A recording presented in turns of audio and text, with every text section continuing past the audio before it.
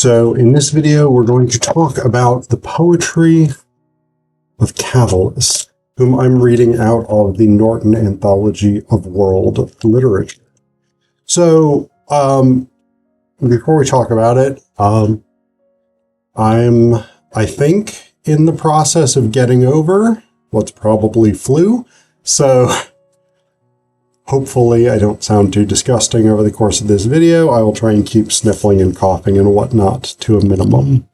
So Catallus was a 1st century BCE Roman poet. He was relatively upper class. He was from the equestrian class, which was not, I think, quite the highest tier of Roman society in the late Roman Republic, but it was sort of second tier, right? So he was an important, it was an important family. His full name, by the way, was Gaius Valerius Catallus, but generally today we just call him Catallus. He died quite young. He had a relatively adventurous life for a Roman who was not in the Roman army. He went to various places in Roman territory. This is pre-establishment of empire, so I'm not sure whether the term the Roman Empire is exactly right or not, but he went to various places within the Roman world. He was involved in some political intrigues, some interpersonal intrigues, etc., etc. He was quite dynamic as a poet. He wrote sort of a wide range of things, from fairly short, sort of almost passing thought type poems, to much longer demi-epics, these sort of lengthy but not epic length poems on mythological subject. He was very very dynamic in terms of the poetic style that he used. He writes in a lot of different techniques. And he, interestingly enough, is one of the sort of first poets to sort of chart what we now think of as the entirety of the love cycle. So he writes, a lot of his love poems are written to a beloved named Lesbia, whom some people seem to think is sort of inspired by Sappho, who was famously a Greek poet, famously from the island of Lesbos. And so some people think that Lesbia is a sort of poetic muse dedication to Sappho. And indeed, Catallus does have poems that are reworkings of Sappho's poems. So, but this sort of like everything from a sort of initial infatuation up through a sort of relationship, the horrible sort of tensions that can come with relationships, through heartbreak, through rejection, through absolutely despising that person.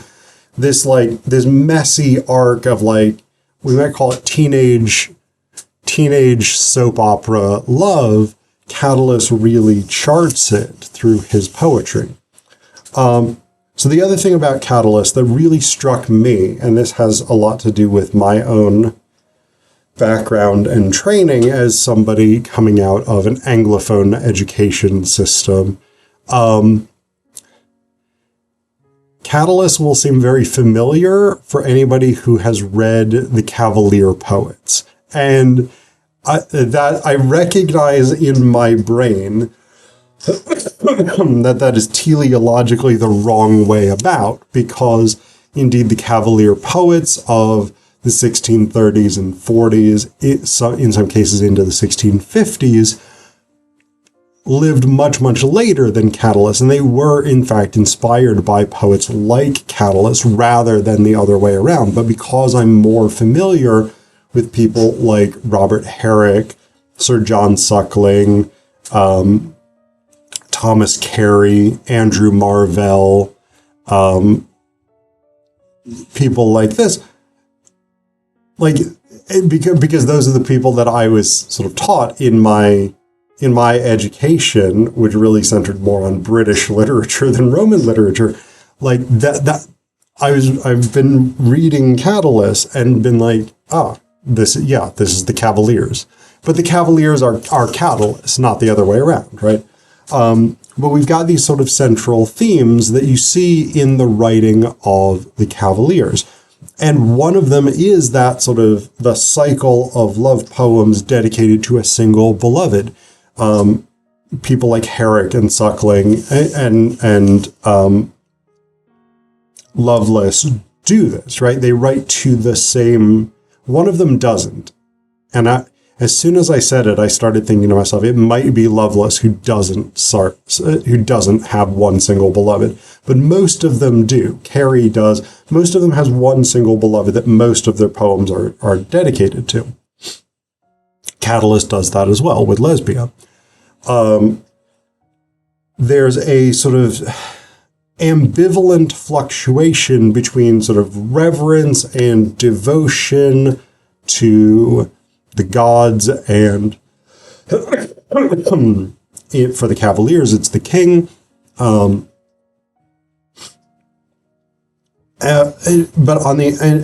this is sort of counterbalanced with this sort of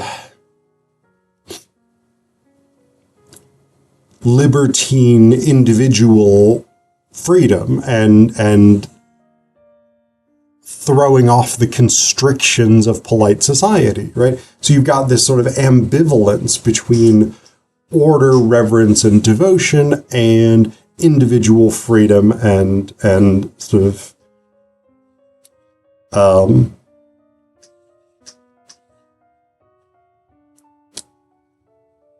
I can't think of the word that I want.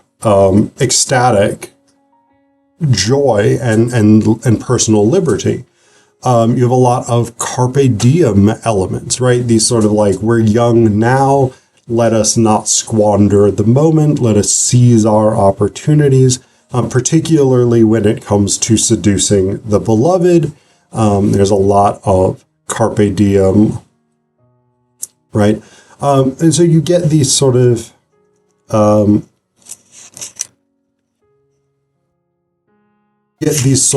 elements to Catallus that again become like, I think if there were one classical poet that the Cavaliers, who were basically neoclassicals, most modeled themselves on, it seems to be Catallus. And as I read some of his poems to you, I think you'll start to sort of get a sense of this. So the first one I'm going to read you is poem 1. Now I'm following the numbering conventions out of the Norton, which I think comes from, according to their introduction, it comes from, I believe, one major manuscript from roughly the time of Catallus. Like, I think slightly later than when he lived. We have one major surviving manuscript that contains most of the poems that we have. And there is some debate about whether or not this is the book that Catallus himself organized and he put them in this order, or whether someone else had done this with his poems. But we know that he did create a book of his own poems, at least once.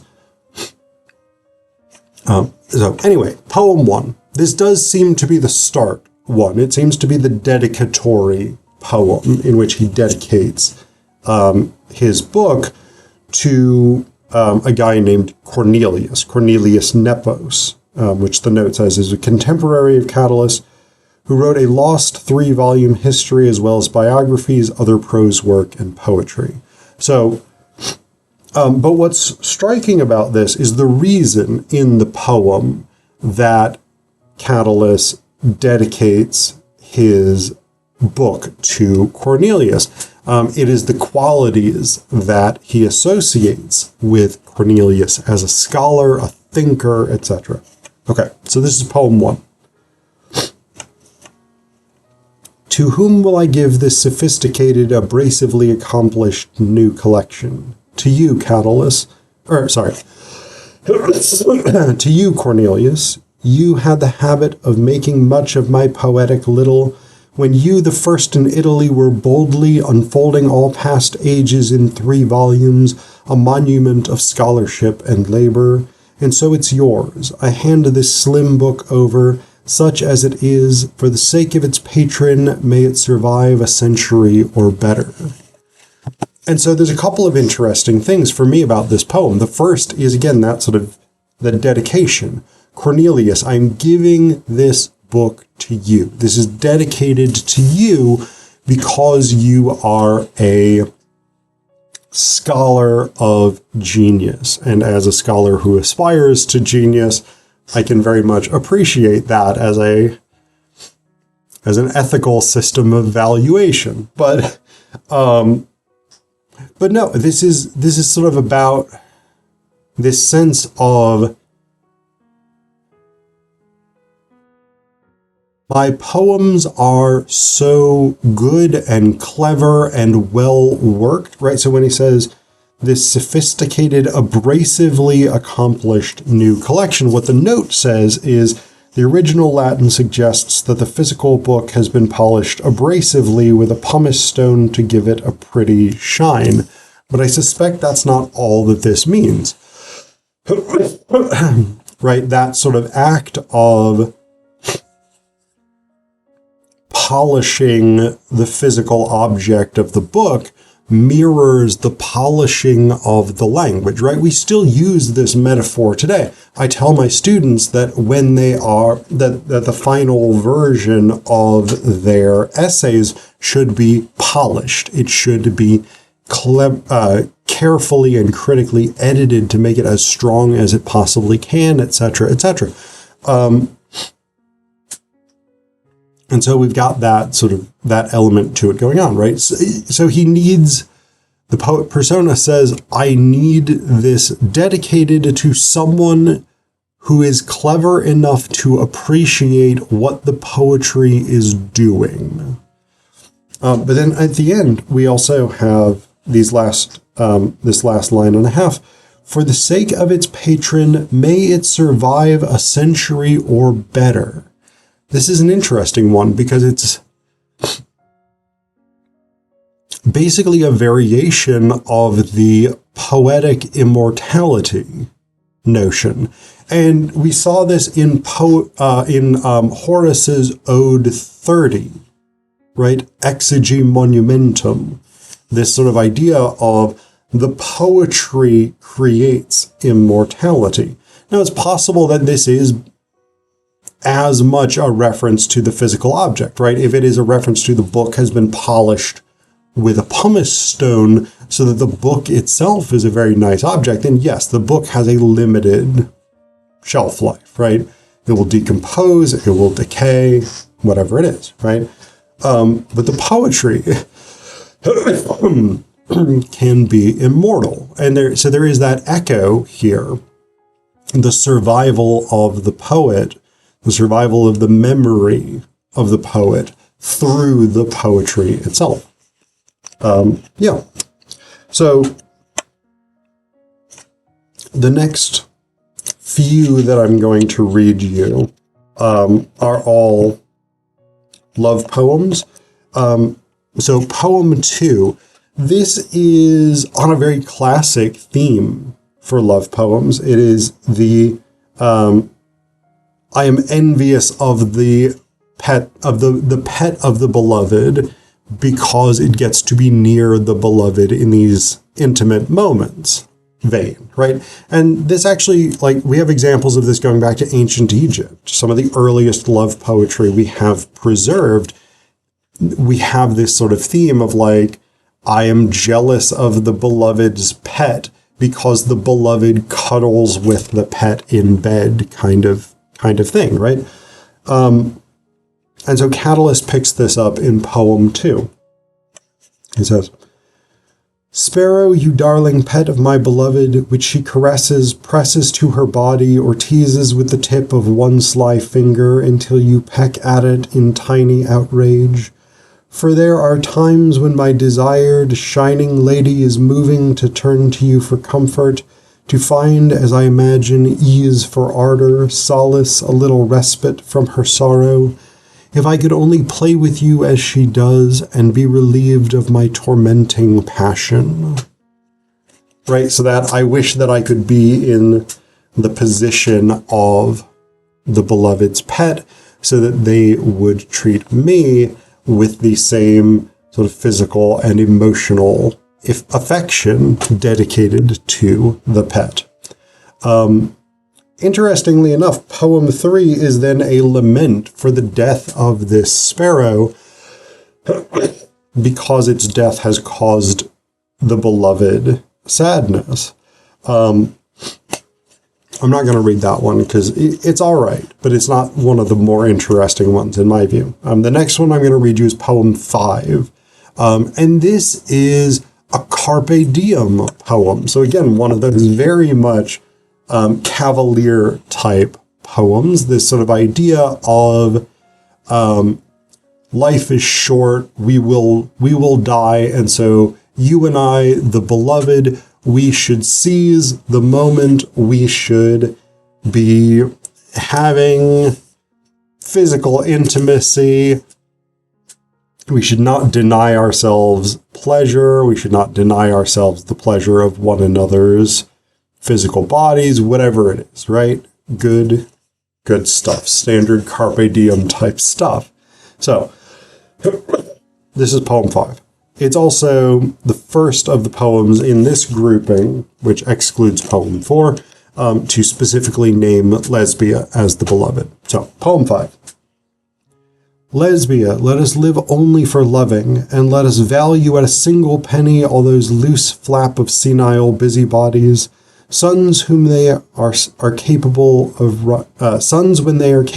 rising, but at the setting of our own brief light, night is one sleep from which we never waken.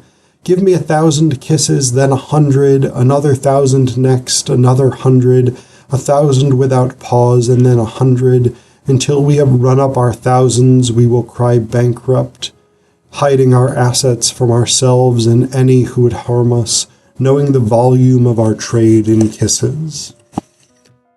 So, this sort of like, give me X number of kisses, then X number more, then X number more. This is also a formulation you see among the Cavalier poets. They borrow this from, I don't know, Catallus at least, but they borrow this from the classical poets. But this sort of opening, "Let us live only for loving, and let us value at a single penny all the loose flap of senile busybodies." This injunction to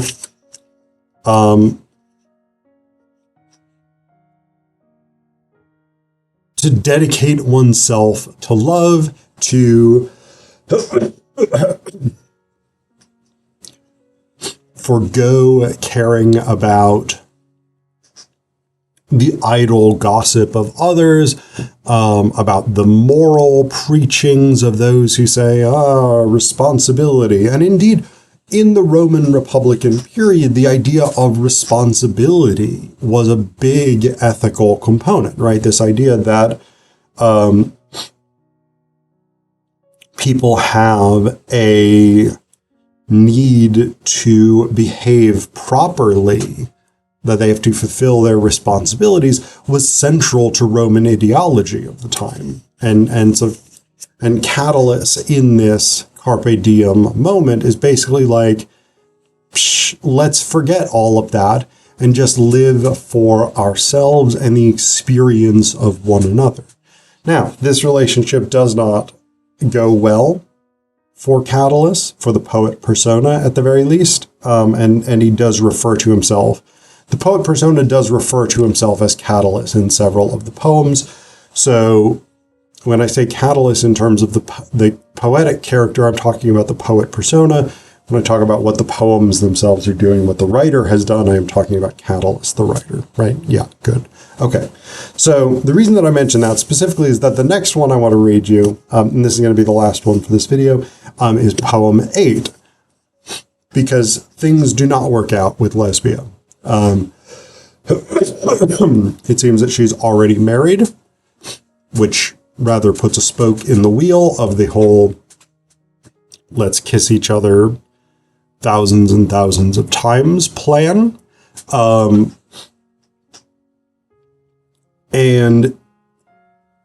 so what we have with poem 8 is a heartbreak poem. And the poet persona's slightly juvenile response is slightly sort of middle school, like, you're not breaking up with me, I'm breaking up with you type attitude. So again, this sort of painful arc of young love sort of charted out by Catallus very, very quickly over a few poems in this instance. There's a lot more to it. There's a lot more development to the cycle, but I'm giving you a representative sample. So poem 8. Wretched Catallus, you have to stop this nonsense. Admit that what you see has ended is over. Once there were days which shone for you with rare brightness, when you would follow wherever your lady led you, the one we once loved as we will love no other. There was no end in those days to our pleasures, when what you wished for was what she also wanted. Yes, there were days which shone for you with rare brightness. Now she no longer wishes, you mustn't want it. You've got to stop chasing her now. Cut your losses, harden your heart, and hold out firmly against her. Goodbye now, lady. Catullus's heart is hardened. He will not look to you nor call against your wishes. How you'll regret it when nobody comes calling. So much for you, bitch. Your life is all behind you. Now who will come to see you, thinking you lovely? Whom will you love now, and whom will you belong to? Whom will you kiss, and whose lips will you nibble? But you, Catallus, you must hold out now firmly. So yeah, there is very much a sort of like, you're not leaving me, I'm leaving you, and you're gonna regret it. You're gonna be sad when I'm gone, because nobody else is gonna be as devoted as I was, and you're gonna be sad, and I'm not sad, you're sad. Yeah, right? There's this sort of middle school thing to it, and yet it is also this very sort of human experience of love and relationships that go badly.